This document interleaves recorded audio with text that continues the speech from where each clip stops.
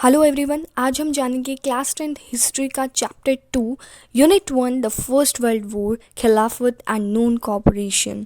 सबसे पहले जो वॉर थी उसने इकोनॉमिक और पॉलिटिकल सिचुएशन क्रिएट कर दी थी। वॉर की वजह से डिफेंस एक्सपेंडिचर जो थे वो इंक्रीज़ हो रहे थे और जो फाइनेंस किए जा रहे थे या तो वॉर लोन से या फिर इन टैक्सेस को इंक्रीज़ करके वॉर के लिए जितना भी सामान चाहिए होता था वो इन टैक्सेस से या फिर इन लोन से फाइनेंस किया जाता था।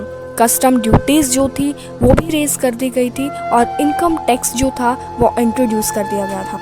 वॉर के टाइम पर प्राइसेस इंक्रीज़ हो गए थे और 1913 से 1918 के बीच में यही प्राइसेस डबल हो गई थी। लोगों को बहुत ज़्यादा हार्डशिप फेस करनी पड़ रही थी। लोगों के लिए बहुत ज़्यादा परेशानियां बढ़ गई थी।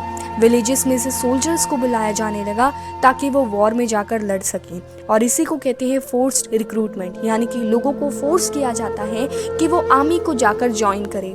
और इस वजह से रूरल एरियाज़ में जो लोग थे वो बहुत ज़्यादा गुस्से में आ गए थे।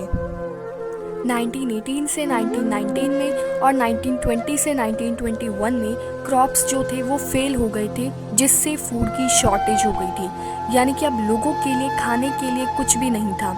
इसके बाद इन्फ्लुएंजा एपिडेमिक आ गया। 1921 के अकॉर्डिंग 12 से लेके 13 मिलियन पीपल जो है वो पैरिश हो गए थे, ख़त्म हो गए थे फूड शॉर्टेज की वजह से और इस एपिडेमिक की वजह से।